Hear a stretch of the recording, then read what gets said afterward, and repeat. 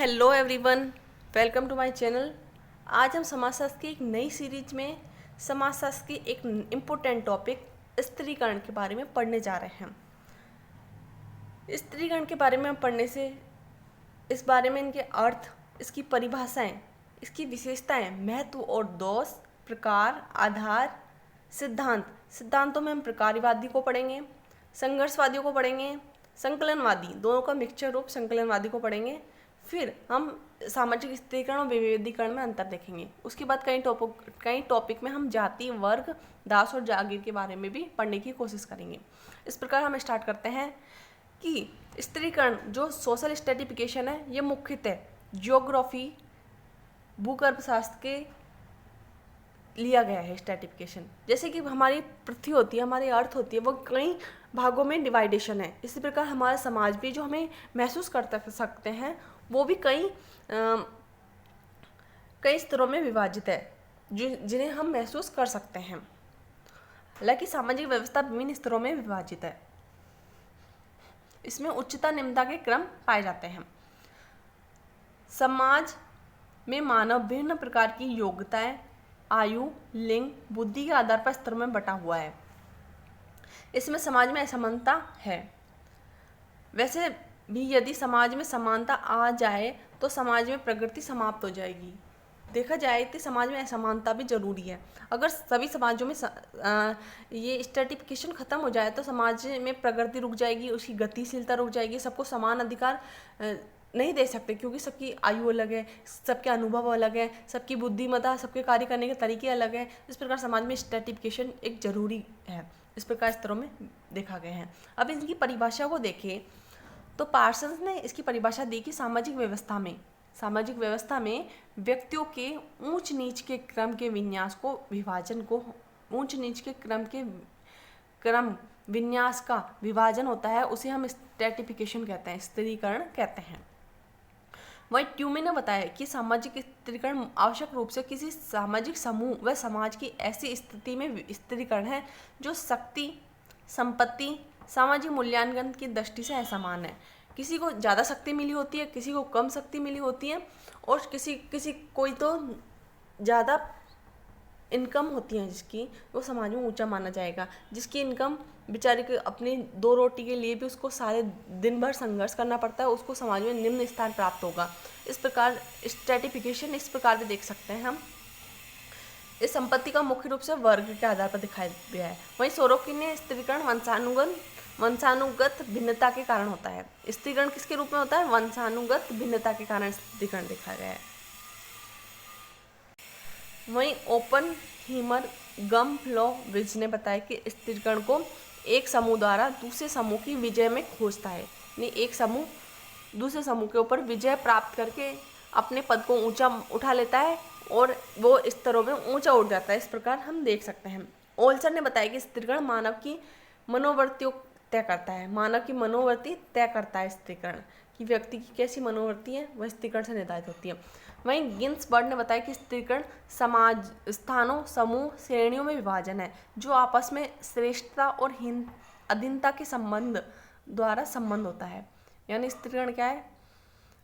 जो समाज में समूह होते हैं वो आपस में, एक समूह अपने आप को श्रेष्ठ मानता है, दूसरा समूह उसके अधीन मानता है। इस प्रकार स्त्रीकरण पाया जाता है। अब स्त्रीकरण की विशेषता देखें तो हम इसकी परिभाषाओं में से ही विशेषता खोज सकते हैं कि ये उच्चता निम्नता के क्रम को स्त्रीकरण कह सकते हैं। जैसे कि किसी का ऊंचा पद होता है तो हम स्त्रीकरण में उच्च स्थान मिलता है, वहीं किसी को निम्न पद मिला होता है तो उसको समाज में निम्न स्थान मिलता है। स्तरों में विभाजन होता है इसमें, और ये सामाजिक सांस्कृतिक प्रकृति है इसकी। ये समाज में पाया जाता है और इसकी प्रकृति सामाजिक भी है, कि समाज में इसको बहुत वैल्यू दी जाती है। ये हालांकि ये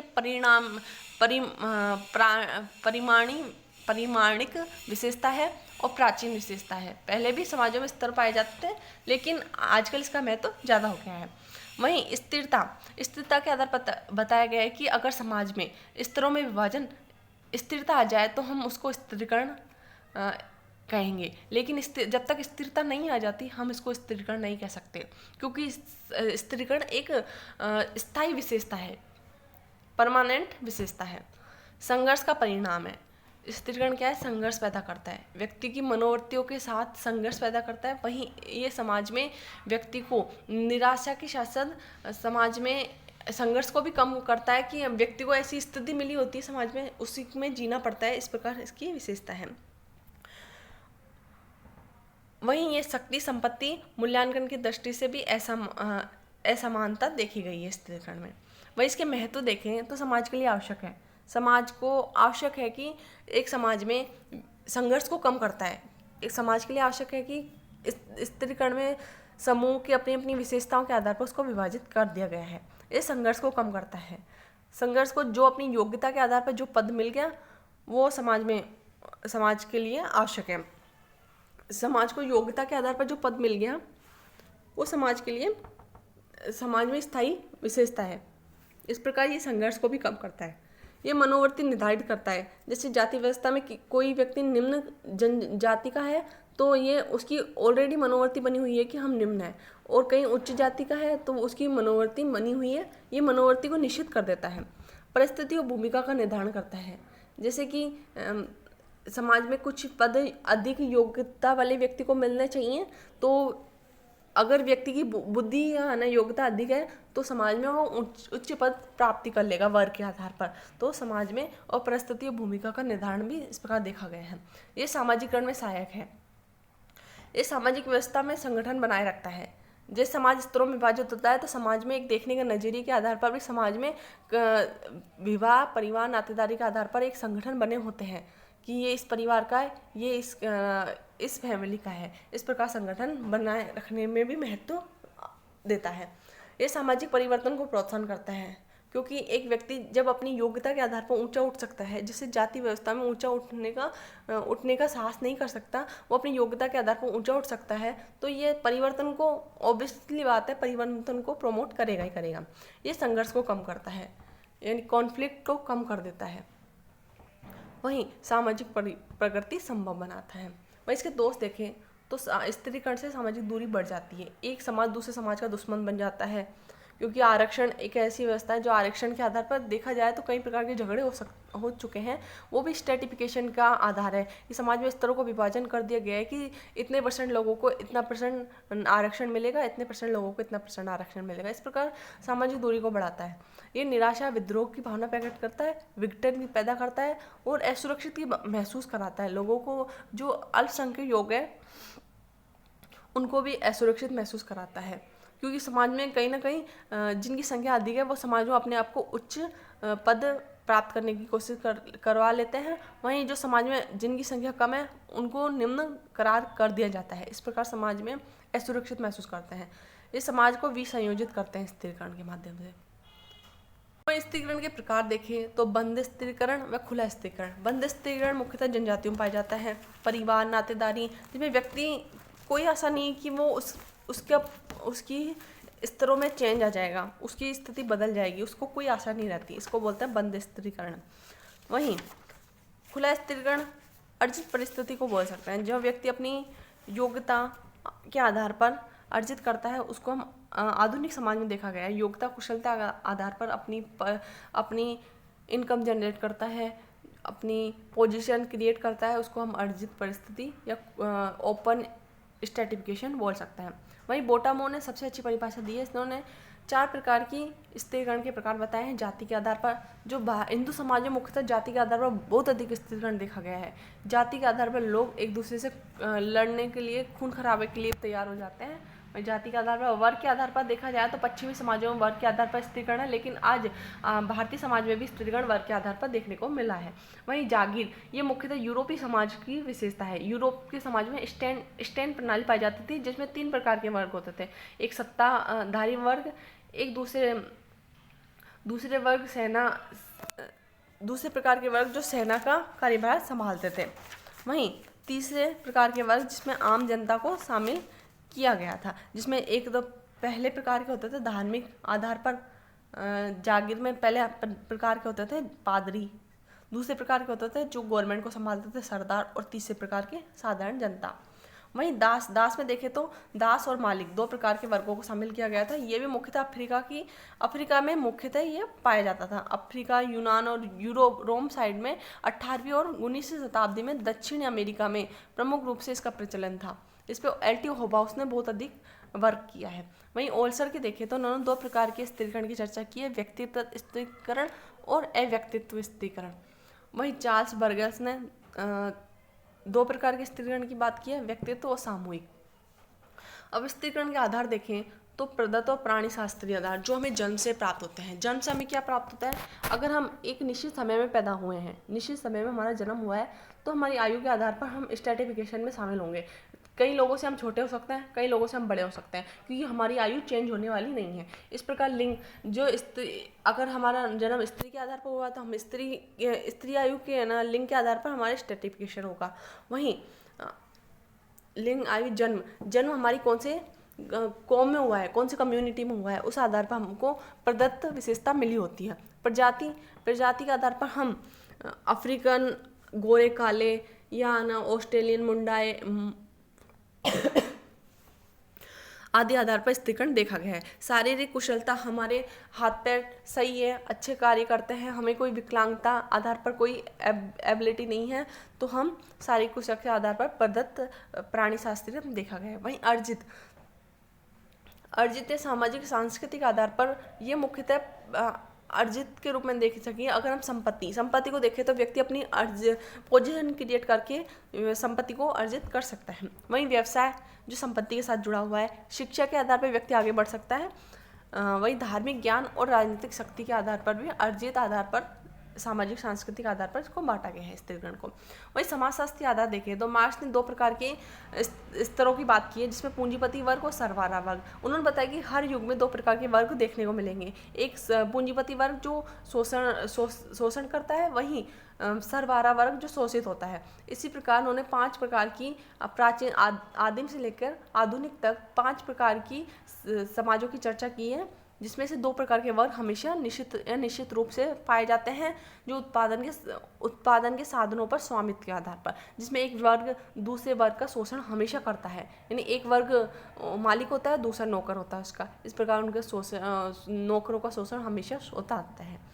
इस प्रकार सोरोकिन और मैक्स वेबर ने 3 प्रकार के वर्गों की बात की है, जो आर्थिक आधार पर, राजनीतिक आधार पर और व्यावसायिक आधार पर, जिसमें मैक्स वेबर ने सामाजिक आधार पर बात की है।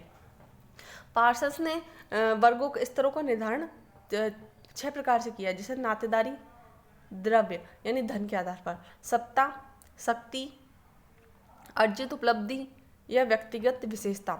इन्होंने शक्ति को अवशिष्ट श्रेणी के रूप में देखा है। इन्होंने बताया कि शक्ति को ज़्यादातर इम्पोर्टेंट नहीं दी जाती, क्योंकि एक व्यक्ति दूसरे व्यक्ति को उसकी इच्छा के विरुद्ध कार्य करने के लिए विवश करता है। इस प्रकार शक्ति को अवशिष्ट श्रेणी के रूप में देखा गया है। अगर शक्ति को वैधता मिल जाती है तो सत्ता बन जाती है। वहीं हललोम्बस ने 3 प्रकार की स्तरों की बात की, जो शक्ति के आधार पर, प्रतिष्ठा और धन के आधार पर मिलती है। वहीं बोटाबोर ने 2 प्रकार की शक्ति और प्रतिष्ठा, ओल्सन ने शक्ति, सुविधा, सम्मान, और वेबर ने शक्ति, सम्मान और संपत्ति। शक्ति राजनीतिक आधार पर मिलती है, सम्मान सामाजिक आधार पर और संपत्ति आर्थिक आधार पर। इस प्रकार वेबर ने 3 प्रकार के स्तरों की बात की है, जो बाजार के पैमानों के आधार पर निर्धारित की जाती है।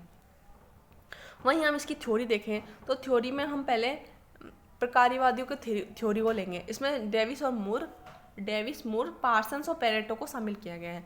डेविस मूर का सिद्धांत बहुत फेमस सिद्धांत माना जाता है। इन्होंने 1955 में इनकी बुक आई थी 1955 में सम प्रिंसिपल और स्ट्रैटिफिकेशन, जो इनकी बुक थी, इन्होंने अपनी सिद्धांत की व्याख्या की है। इन्होंने बताया कि स्त्रीकरण समाज के लिए आवश्यक है, समाज को एक अच्छा मानते हैं और समाज के लिए एक एकीकरण का कार्य करता है स्त्रीकरण। इन्होंने बताया कुछ कार्य समाज के लिए आवश्यक होते हैं, वहीं उन्हें करने के लिए बुद्धि की आवश्यकता होती है, लेकिन प्रत्येक व्यक्ति ये कार्य नहीं कर सकता। जिसके पास ज़्यादा बुद्धि होती है वही ये कार्य कर सकता है। इसके लिए उचित प्रेरणा और पुरस्कार की व्यवस्था की गई है। इस प्रकार जो लोग इस कार्य को कर लेते हैं वो समाज में उच्च पद प्राप्त करते हैं, और जो लोग ये कार्य नहीं कर पाते हैं उनको समाज में निम्न स्थान दिया गया है। इस प्रकार डेविस मूर ने इसको पुरस्कार का सिद्धांत दिया, जो ये कार्य कर लेते हैं उनको पुरस्कार दिया जाता है। वहीं डी मैन ने कार्यों में आनंद की कार्यों में आनंद की इसको नाम दिया है। इस प्रकार स्त्रीकरण को बताया कि जो समाज में आवश्यक है, जिसको करने के लिए ज़्यादा योग्यता बुद्धि की आवश्यकता है, वो समाज में कुछ लोगों को प्राप्त है। इस प्रकार सुविधा और सम्मान उनको दिया जाता है। इस प्रकार आलोचना की कि मेल्विन ट्यूमी ने इसकी आलोचना की है। मेल्विन ट्यूमी ने बताया है कि डेविस व मूर के प्रशिक्षण, पुरस्कार और क्षमता के विचारों की आलोचना की है। उन्होंने बताया कि हर व्यक्ति हर कार्य नहीं, उन्होंने बताया कि जितना एक डॉक्टर का कार्य इम्पोर्टेंट है उतना एक वॉचमैन का कार्य इम्पोर्टेंट है। कोई भी कार्य ज़्यादा ऊंचा या नीचा नहीं हो सकता। हर कार्य हर किसी व्यक्ति के लिए इम्पोर्टेंट है। जैसे कि डॉक्टर अगर मरीजों की देखभाल करता है तो वॉचमैन पूरे भवन का, पूरे सोसाइटी का ध्यान रखता है। इस प्रकार हर कार्य हर व्यक्ति नहीं कर सकता, लेकिन सब कार्य सबके लिए इम्पोर्टेंट है। वहीं क्या ओनली ये ना बुद्धि के आधार पर दिया जाता है? क्या इसमें ना प्रशिक्षण और मेहनत और प्रशिक्षण और पैसा नहीं लगता? उसके लिए भी तो ज़्यादा उसमें उन्होंने बताया कि हर कार्य करने के लिए धन और समय की आवश्यकता होती है, जो हर व्यक्ति नहीं खर्च कर सकता। इस प्रकार उन्होंने बताया कि जो कार्य ज़्यादा इम्पोर्टेंट है उनके लिए समय और धन देना पड़ता है। इस प्रकार उन्होंने मेल्विन ट्यूमी ने आलोचना की है। बेवलर ने इसको विधायक पत्ती कहा है। बेवलर ने भी इसकी आलोचना की, इसको विधायक पत्ती कहा है। वहीं पार्सस ने सामाजिक मूल्यों और लक्ष्यों के आधार पर समाज में स्त्रीकरण बताया। उन्होंने बताया कि जिस समाज में कुछ मूल्य ज़्यादा इम्पोर्टेंट होते हैं, अगर व्यक्ति उन मूल्यों का पालन करता है उसको समाज में ऊंचा स्थान प्राप्त होता है। अगर व्यक्ति उन मूल्यों का पालन नहीं करता उनको समाज में निम्न स्थान प्राप्त है। इन्होंने 4 प्रकार की मूल्यों की बात की है। सार्वभौमिक प्रदत्त मूल्य जो सभी समाजों में मिले होते हैं, वहीं सार्वभौमिक अर्जित मूल्य, वहीं विशिष्ट प्रदत्त मूल्य मुख्यतः भारतीय समाजों में देखने को मिलता है, और विशिष्ट अर्जित मूल्य ये मुख्यतः किसी समाज में देखने को मिलता है। इस प्रकार 4 प्रकार के मूल्यों की बात की है। वहीं पेरेटो ने बताया कि भिन्नता विविधता के आधार पर बताया है। उन्होंने बताया है कि व्यक्ति मानसिक और शारीरिक रूप से भिन्न है। हर व्यक्ति मानसिक और शारीरिक रूप से भिन्न है। हर कोई व्यक्ति हर कोई कार्य नहीं कर सकता। क्या मैं एक पहलवान का कार्य नहीं कर सकती हूँ? ऑब्वियसली बात है, नहीं कर सकती, तो मैं क्यों करूँगी? वो कार्य उसके लिए इंपॉर्टेंट है क्योंकि उसने अपनी बॉडी को इस प्रकार स्ट्रक्चर दिया हुआ है। इस प्रकार हर व्यक्ति भिन्न है, उसको उसी हिसाब से कार्य मिलना चाहिए। इस प्रकार भिन्नता के आधार पर पेरेटो ने बात की, भिन्नता और विभिन्नता के आधार पर प्रकारवादी सिद्धांत को देख सकते हैं। वहीं हम संघर्षवादी सिद्धांत की बात करें तो ये सिद्धांत मुख्यतः कार्ल मार्क्स से रिलेटिव होता है, जिन्होंने अपनी बुक कॉन्फ्लिक्ट थ्योरी और स्ट्रैटिफिकेशन, कार्ल मार्क्स की बुक थी जर्मन आइडियोलॉजी, उन्होंने इस सिद्धांत को दिया। इस सिद्धांत के समर्थक थे Mayo, Lundberg, Warner, Coser, Oppenheimer, Gumplowicz, Sumner, Park आदि इस संघर्षवादी सिद्धांत से माने जाते हैं, लेकिन इसके प्रतिवादक कार्ल मार्क्स को माना जाता है। ये मुख्यतः संघर्षवादियों के उपागम में प्रकारवादियों के विकल्प है। स्त्रीकरण का विघटन लाता है। उन्होंने बताया कि स्त्रीकरण होता है जो विघटन लाता है, एकीकरण नहीं। प्रकारवादियों के विकल्प में उत्पन्न हुआ है। प्रत्येक युग में 2 प्रकार के वर्ग थे, एक था पूंजीपति वर्ग, एक शोषक और शोषित। इन्होंने 5 प्रकार की सोसाइटी की बात की है, जिसमें से आदिम समाज, प्राचीन समाज, एशियाई समाज, सामंती समाज और पूंजीवादी समाज, और 5वें प्रकार की 6ठे प्रकार उससे अगला समाज साम्यवादी समाज। इन्होंने 2 प्रकार के वर्ग की बात की है जो उत्पादन के साधन पर आधार पर विभाजित होती है। इसमें स्त्रीकरण के करने वाले दोनों वर्गों का जन्म कैसे हुआ, इनका उत्तर मार्क्स ने दिया कि उत्पादन की शक्तियों द्वारा। मार्क्स का मानना है कि जब तक उत्पादन की शक्तियों पर समाज का सामूहिक अधिकार नहीं होगा तब तक वर्ग समाप्त नहीं होगा। यही स्त्रीकरण को जन्म देता है। इस प्रकार इन्होंने स्त्रीकरण की बात की है। वहीं इसकी आलोचना डैरेन रॉथ ने की है, और भी कई समाजशास्त्री जिन्होंने इनकी आलोचना की है। इन्होंने बताया कि पूंजीवादोत्तर समाज में मार्क्स के आर्थिक आधार को अप्रासंगिक कर दिया है। आजकल पूंजी शेयरों में बटी हुई है, जैसे कि स्टॉक में शेयरों में पूंजी बटी हुई है। व्यक्ति अपनी पूंजी का एक कंपनी होती है जिसमें कुछ व्यक्ति का कुछ हिस्सा लगा होता है, शेयरों में आधार पर उसको डिवाइड किया गया है। आप उसके शेयर खरीद कर उस कंपनी के प्रॉफिट में हिस्सेदारी ले सकते हैं। इस प्रकार इन्होंने बताया कि पूंजी का अपघटन हो गया है। पहले पूंजी प्रॉपर रूप से पूंजीपतियों के हाथ में थी, लेकिन अब गवर्नमेंट ने उसने पूंजी को शेयरों में विभाजित कर दिया। आज गरीब से गरीब व्यक्ति भी उस कंपनी का हिस्सेदार हो सकता है। जैसे कि एक आपने कुछ कंपनी के कुछ शेयर खरीदे, कुछ कंपनी की हिस्सेदारी ली, अगर वो कंपनी अधिक प्रॉफिट कमाती है तो आपको उसका हिस्सा मिलेगा। अगर कंपनी थोड़ी नुकसान में जाती है तो उसका आपको भरपाई करनी पड़ेगी। इस प्रकार आप उस कंपनी के हिस्सेदार हो गए हैं। परिश्रम का अपघटन, यानी एक तरह से दक्ष और अदक्ष मजदूरों के रूप में परिश्रम को विभाजित कर सकते हैं। नए मध्यम वर्ग का उदय हो गया है, जो मार्क्स ने बात नहीं की थी उसकी। इन्होंने बताया कि नए मध्यम वर्ग जो कि एक तरह से इंजीनियर हो गए, जो कर्मचारी हो गए, एक नए मध्यम वर्ग का उदय हुआ है और सामाजिक गतिशीलता देखी गई है। इस प्रकार उन्होंने आलोचना की है। C.W. मिल्स ने 1956 में द पावर ऑफ एलिट, इन्होंने अपनी बुक लिखी द पावर ऑफ एलिट में 3 प्रकार के वर्गों की बात की है। यूएसए में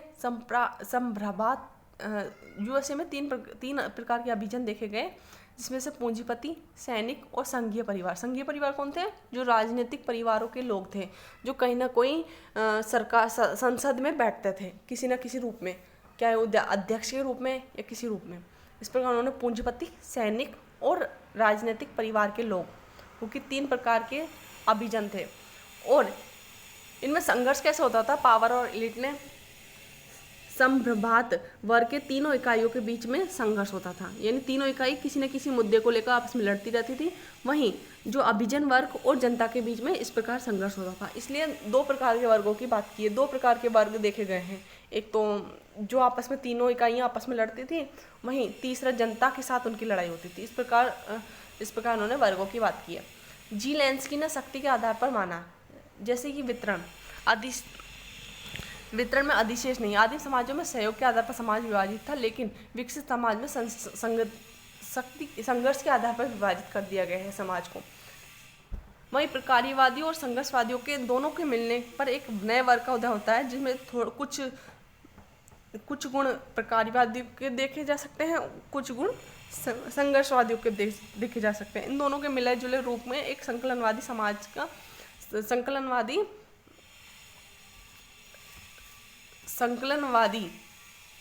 विचारक सिद्धांतों का भी जन्म हुआ, जिसमें से Max Weber, Frank Parkin, Eric Olin Wright, W.L. Warner, इस प्रकार के 4 समाजशास्त्री 4 प्रकार के शामिल किए गए हैं। जिसमें से मैक्स वेबर के सिद्धांत को देखें तो इन्होंने बताया है, इन्हें स्थिरीकरण का मुख्य आधार शक्ति यानी वैज्ञानिक शक्ति को माना है।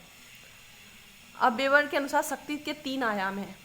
इन्होंने शक्ति को बताया कि शक्ति ही स्थिरीकरण का आधार है। अब शक्ति किस प्रकार विभाजित है? एक आर्थिक आधार पर, एक सामाजिक आधार पर, एक राजनीतिक आधार पर। आर्थिक आधार पर शक्ति वर्ग को देख सकते हैं कि समाज में किस प्रकार के वर्ग पाए जाते हैं। वहीं सामाजिक आधार पर हम पद को देख सकते हैं, किस प्रकार की स्थिति मिली हुई है। वहीं राजनीतिक आधार पर हम दल का प्रयोग कर सकते हैं। इस प्रकार बाजार ही समाज का एक मूल्यांकन पैमाना है। बाजार के लोग में उच्च, मध्यम, निम्न वर्गों में विभाजित है। मैक्स वेबर ने कहा है कि किसी व्यक्ति के वर्ग स्थिति मूलतः उसकी बाजार स्थिति निर्भर करती है। इसे आर्थिक, सामाजिक और राजनीतिक स्थिरीकरण को एक वैज्ञानिक व्यवस्था माना है।